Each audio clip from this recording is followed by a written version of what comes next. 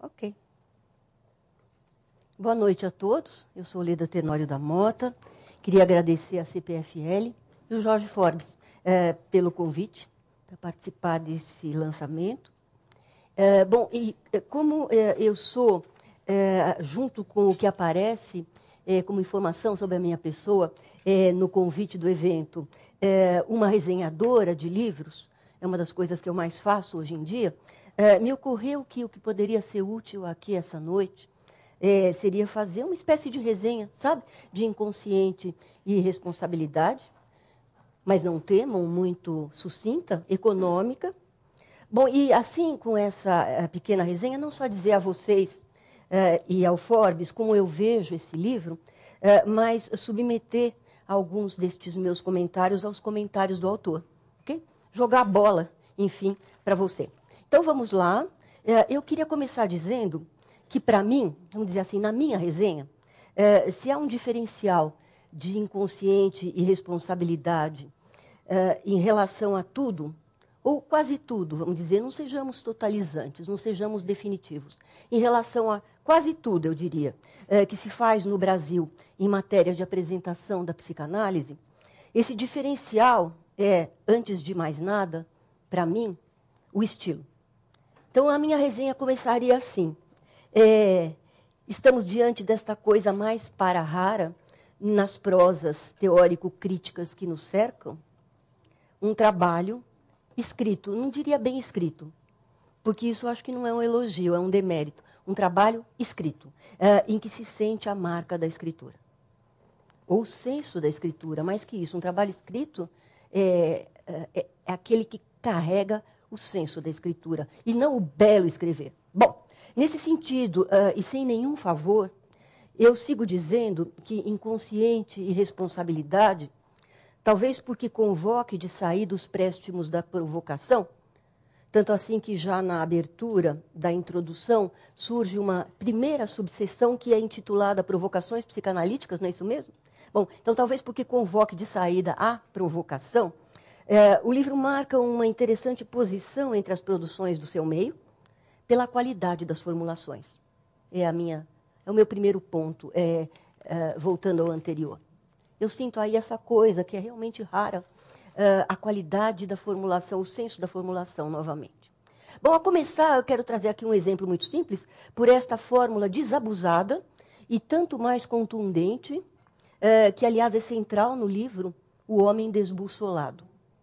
Fórmula que o autor, aqui ao lado, não teme trazer direto do francês, débussoler. No francês é comum, para a gente sou estranho. E isso é feito de estilo. Não teme trazer do francês para aplicá-la ao sujeito contemporâneo, ou ultracontemporâneo, ou pós-moderno, como queiramos chamá-lo. Lá no programa de comunicação e semiótica da PUC, onde eu trabalho, se fala disso tudo, segundo a linha teórica de cada professor, de cada autor. Então, são tantas que eu prefiro falar simplesmente no homem atual. É o que eu vou preferir aqui. Mas, então, o autor não teme trazer direto do francês débussoler esta fórmula, desbussolado, para aplicá-la ao homem atual, sem medo de conceder-se tal liberdade, nem de pecar contra o vernáculo, nem do efeito junto aos bem-pensantes. E eu adoro isso. Bom, mas há ainda por toda parte neste livro, que eu aqui sigo resenhando, frases surpreendentes, como esta que eu selecionei entre muitas do gênero. Eu leio Forbes. A psicanálise lacaniana leva cada um de nós a encontrar na vergonha o seu ponto de ancoragem. Eu, sobre essa frase, queria dizer o seguinte, que, primeiro, francamente, não se encontra em qualquer lugar frases assim. Segundo, isso denota, esse tipo de frase denota um crivo muito próprio, uma certa altivez discursiva, eu diria. Assim como o próprio título do livro, Inconsciente e Responsabilidade, onde não é nada, inconsciente vem antes, quando geralmente o que nós encontramos são títulos mais enfatuados, assim, moral e psicanálise, ou ética e psicanálise, sobre ética e psicanálise, onde ética vem antes, delimitando as hierarquias, penso eu, de algum modo, e submetendo a psicanálise a um outro discurso que não o seu, ou fazendo-a ser falada por outras áreas.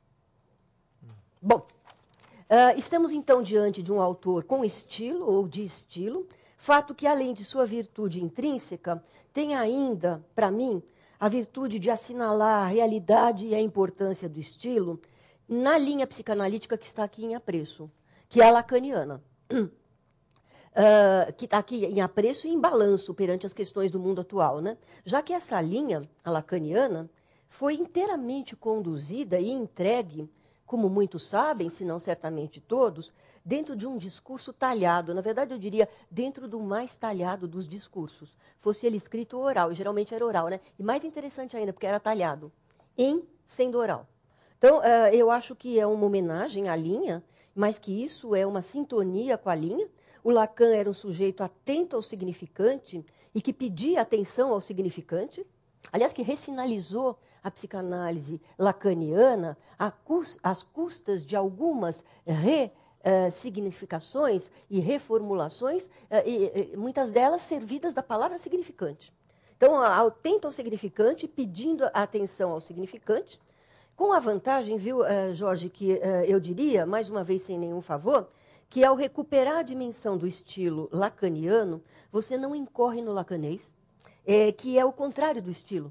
Eu tenho escrito isso em alguns artigos meus sobre o lacanês. É o contrário do estilo, porque o lacanês é a ausência do autor.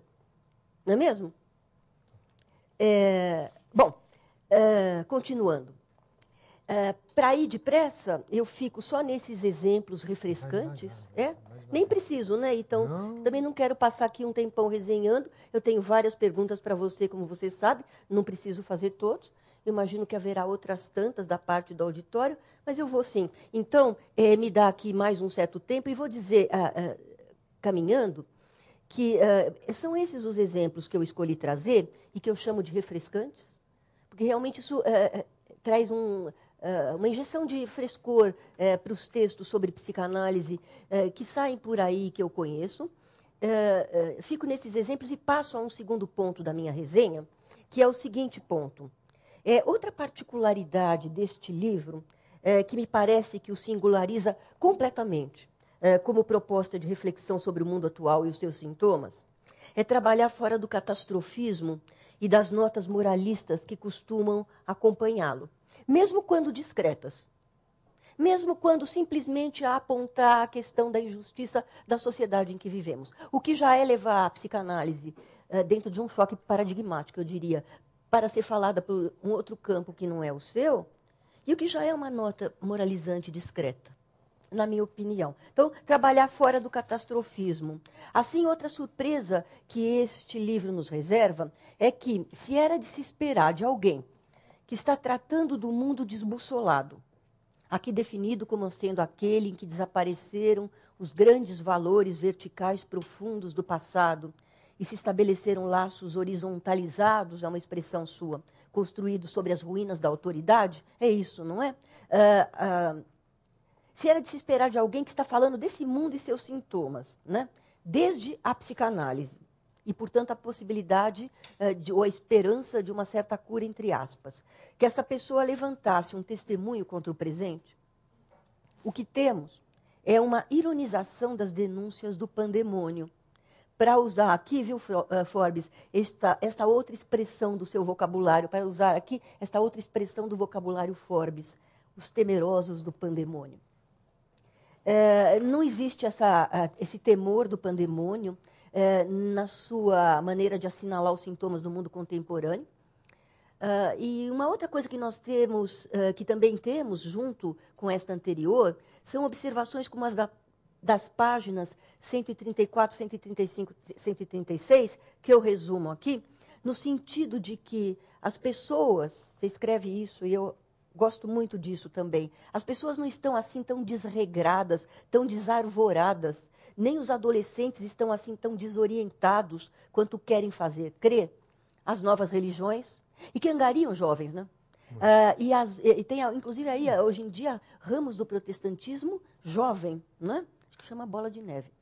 E as voltas ao conservadorismo, quanto pretendem também as voltas ao conservadorismo, e as psiquiatrias medicamentosas, que não cessam de inventar novas doenças e novos remédios, né? Assim, de algum modo, assinalando aí uma Catástrofe Externa Sem Limites? Bom, não tem nada disso nesse seu livro, até porque uma prerrogativa do sujeito desbussolado é o gozo desbussolado, não é? E o que é o gozo desbussolado? É a possibilidade que se lhe apresenta ao sujeito desbussolado de se organizar fora da força e do controle e da negociação com o pai ou com a autoridade, administrando de maneiras inauditas, e aí está a cura possível, o seu próprio caos, né? Então, possibilidade de administrar o próprio caos, quer dizer, longe do pavor do pandemônio. Bom, e eu acho, entre outros, eu gosto muito do exemplo que você dá para essa possibilidade gozosa, né? Gozo é uma palavra que recorre em Lacan. O Forbes vai explicá-lo muito melhor que eu, certamente daqui a pouco, mas eu já entro aqui com essa ideia, né? O homem desbussolado, o gozo desbussolado. Um exemplo que você dá, e que eu gosto muito dele, ao invés de, por exemplo, pensar que já não tem mais saída para essa juventude de hoje, e ao invés de pensar que o que restou aos jovens foi a delinquência infinita e pôr fogo na escola, que seria assim, um dos sintomas do fracasso escolar, há jovens, e não são poucos, que se entregam à vertigem da música tecno sem palavras, né? Ou eletrônica, escapando por essa via da ordem, da autoridade, perdida, aliás, para uma forma de cura que é o excesso poético. Esse é o gozo, né? É a saída pelo lado do gozo desbussolado. Então, o exemplo dos jovens, você dá também o exemplo dos esportes radicais. O cara que, ao invés de atear fogo na escola, bom, faz um esporte que pede treinamento, que pede autocontrole e não submissão ao controle, etc.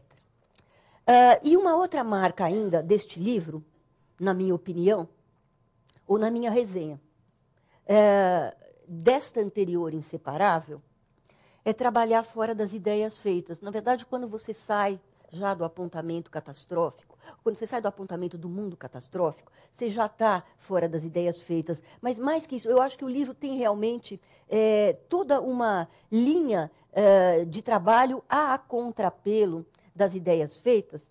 E é trabalhar, então, fora das ideias feitas e, eu diria, assumir o risco de ficar fora das ideias feitas. Porque as ideias feitas, eu não sei se você concorda comigo, você pode falar disso depois, elas são as mais festejadas. Não é? Então, assumir o risco de ficar fora das ideias feitas, e quando eu chamo a atenção para este outro aspecto, eu não estou falando só da maneira como você, Forbes, resume de cara os seus propósitos, lançando-se no prefácio contra a ideia feita do inconsciente inconsciente, né? Ou contra o inconsciente que livra e desculpa. Essa é uma ideia feita, né? Como nós lemos aqui, eu vou ler muito rapidamente, não precisa ir tão rápido, né? Como nós lemos aqui. O título inconsciente e responsabilidade junta duas palavras que habitualmente não se frequentam, a ponto de ser comum ouvirmos, frente a um questionamento, uma pessoa se defender dizendo: só se foi o meu inconsciente, como se o inconsciente não fosse de sua responsabilidade. Esse é o inconsciente também, eu diria, com todo respeito pelas profissões. Mas eu acho que a gente tem que usar da liberdade de dizer, de discursar como você faz. Esse é também, eu acho, a responsabilidade, a irresponsabilidade do inconsciente do psicólogo e do psiquiatra de televisão. Então, isso existe, e você está indo contra esse lugar comum. Mas não se trata só disso, eu acho que vai mais longe a operação de decapagem do seu livro. Não estou falando só disso, mas de outras desconstruções do senso comum que são da ordem de uma briga salutar, comprada pelo teu livro, com uma certa psicanálise que vigora entre nós, ou com certos balanços da psicanálise que vigoram entre nós, e sua maneira de operar, que daqui a pouco, para terminar, a minha conclusão vai ser, por sorte, em senso completamente contrário, o que é muito legal, porque muitos muito opostos se iluminam. Então, eu acho que, nesse sentido, essa tensão, apontar essa tensão aqui faz sentido. Mas acho que o seu livro vai muito numa espécie de desconstrução de algumas ideias que eu ouso dizer feitas, que acionam nos seus balanços da responsabilidade ou da ética da psicanálise hoje, bem o contrário daquilo que é a tua responsabilidade e a do Lacan. E a da segunda clínica lacaniana, com a qual você trabalha, né? Você vai, mais uma vez, o Forbes pode explicar muito melhor do que eu o que é a segunda clínica lacaniana, mas é assim da ordem, não é? Dos momentos finais do Lacan, em que realmente essa questão do gozo e da saída pelo gozo e do sujeito que se, com o perdão da palavra, se salva por cravar a sua palavra e se assumir como sujeito, tudo isso é da segunda clínica. Então, eu acho que existe uma linha de pensamento da responsabilidade da psicanálise que aciona bem o contrário dessa afirmação ou reconhecimento do sujeito na segunda clínica lacaniana, porque afirma o outro e não o sujeito, o mesmo. A segunda clínica, eu acho que é muito em torno da aventura do sujeito com ele mesmo, não é? Mas esta outra linha é bastante, se não só em torno das aventuras do sujeito com o seu outro.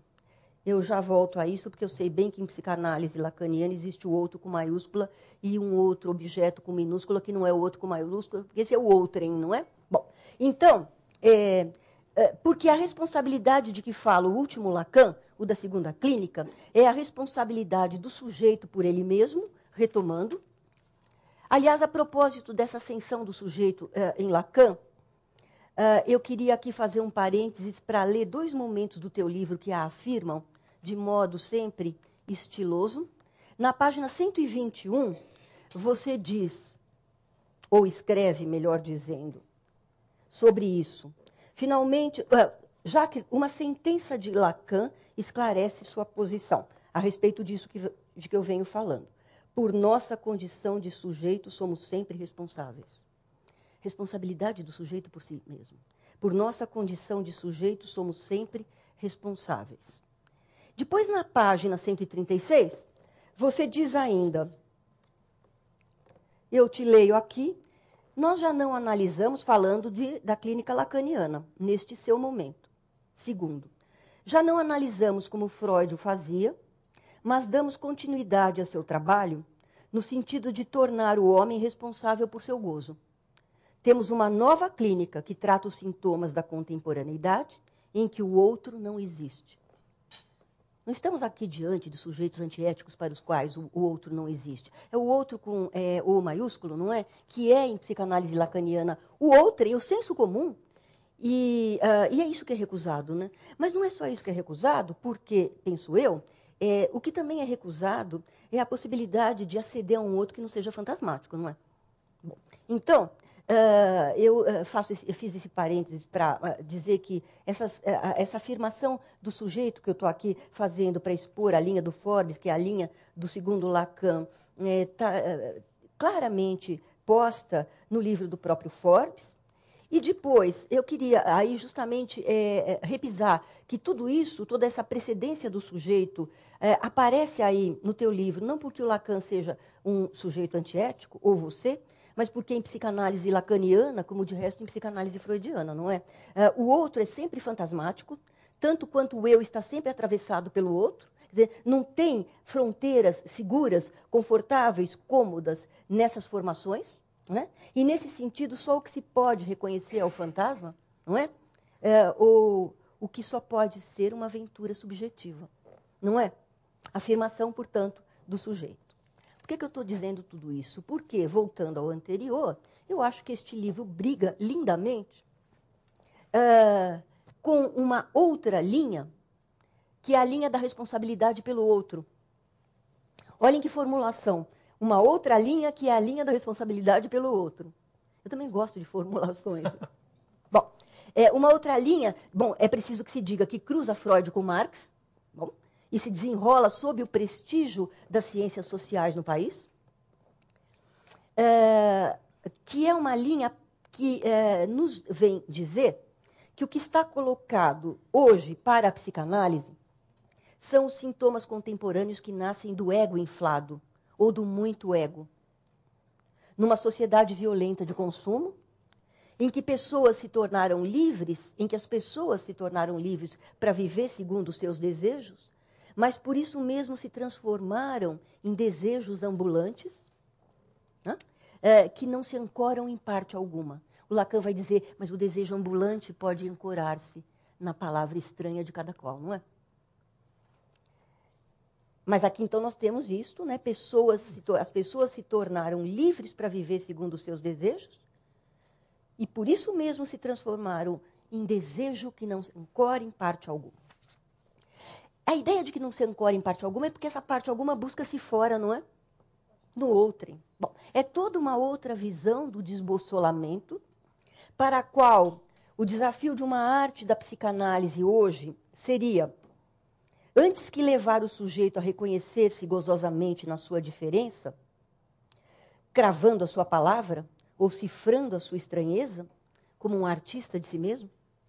Bom, e aqui é impossível não lembrar o quanto a psicanálise do Lacan é insuflada pelos poetas, principalmente de vanguarda, que o cercaram. O Lacan tendo sido ele mesmo pertencente a todas as vanguardas surrealistas e as diásporas surrealistas do seu momento, não é isso?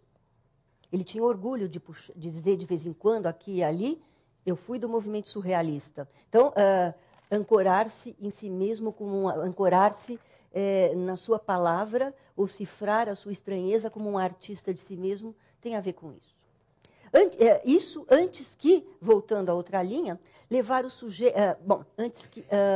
eu vinha dizendo o seguinte, uma linha é toda uma outra visão do desbossolamento, para a qual o desafio de uma arte da psicanálise seria hoje, antes que essa cravar a sua palavra, ou entronizar o sujeito, levá-lo, depois de reconhecer-se como sujeito, depois de uma boa análise, ou levá-lo, por reconhecer-se como sujeito, ao reconhecimento da diferença em que repousa a alteridade. Bom, aqui eu faço um parênteses também, para dizer que eu estou simplificando bastante, porque eu não estou falando aqui em diferença sexual, quando para a psicanálise o outro, a alteridade, a diferença é sempre no limite sexual, né? Bom, mas eu não vou trazer isso a campo aqui, mas dizer que, então, existe aí um pensamento a respeito da responsabilidade ou da ética da psicanálise, para o qual pensamento o sujeito deve, sim, claro, reconhecer-se a si mesmo, é a linha da cura, é a linha da análise da cura possível, e, por reconhecer-se a si mesmo, poder reconhecer o outro, né? Aqui, nesta outra perspectiva, reencontrar a bússola supõe aprender a sair de si depois de ter entrado em si. Como a Maria Rita Kell, por exemplo, diz conclusivamente neste seu volume, que já tem 10 anos de estrada, de 2002, que faz toda uma reflexão sobre o mesmo tema que é o seu, responsabilidade inconsciente, com outro nome, sob outro título. Eu queria ler aqui o fecho do livro da minha amiga Maria Rita Kell, com quem eu discuto essas questões lá na PUC. Ela diz o seguinte, a título conclusivo aqui, no seu Sobre Ética em Psicanálise, que é então, de 2002. Se a psicanálise tem condições de propor um valor que ocupe o lugar deixado vazio pelo bem supremo na modernidade, está falando da perda da autoridade. O bem supremo, esse bem é a alteridade. Se há um valor, esse valor é a alteridade. Para além do que a clínica psicanalítica pode propor como uma ética na condução da cura dos analisandos, o corpo teórico da psicanálise tem condições de sustentar, com base em tudo o que apresentei ao longo deste livro, que a aceitação do outro em sua semelhança na diferença é condição essencial para se construir alguma proposta ética para os tempos atuais, a aceitação do outro. Bom, eu queria, isso tudo, então, como eu estava dizendo na abertura, são bolas jogadas para o seu rebatimento, para que você fale dessas coisas que são o teu tema no livro, aqui ainda essa noite. E queria dizer que eu me preparei para fechar aqui, nesse ponto, de propósito, a minha pequena resenha, para terminar aqui com esse fecho da Maria Rita, para tomar justamente essa tensão teórica como mais um diferencial interessante do teu livro. Quer dizer, viver dessa tensão, mais um diferencial. Pronto. como mais um diferencial interessante. Afinal, os mundos opostos se iluminam mutuamente. E, fora isso, eu acabo de ler, e com isso eu termino, num texto do Renato Giannini, que está numa revista chamada Filosofia, que a gente compra nas bancas de jornal, que ele sempre sugere aos alunos que, ao invés de partir para trabalhar um autor, eles pensem sempre em comparar dois autores, que isso é sempre muito mais interessante e evita dogmatismos, estreitamentos, etc. A minha ideia é essa. Eu trouxe a título de comparação para mostrar, eu fiz isso. Eu comparei dois autores, ambos respeitáveis, linhas diferentes, numa interessante tensão, e com essa evocação, eu queria, terminando, te dizer, Forbes, que eu não quero de modo nenhum obrigá-lo a dialogar com este ou aquele psicanalista brasileiro hoje, mas a atenção, novamente, foi trazida para melhor resenhar teu livro, mas com isso eu acho que eu queria, sim, convidá-lo, se você quiser, a fazer uma coisa que você não faz no seu livro, falar um pouco de como você se vê no campo da psicanálise brasileira, como representante dissidente deste dissidente congênito que é o Lacan.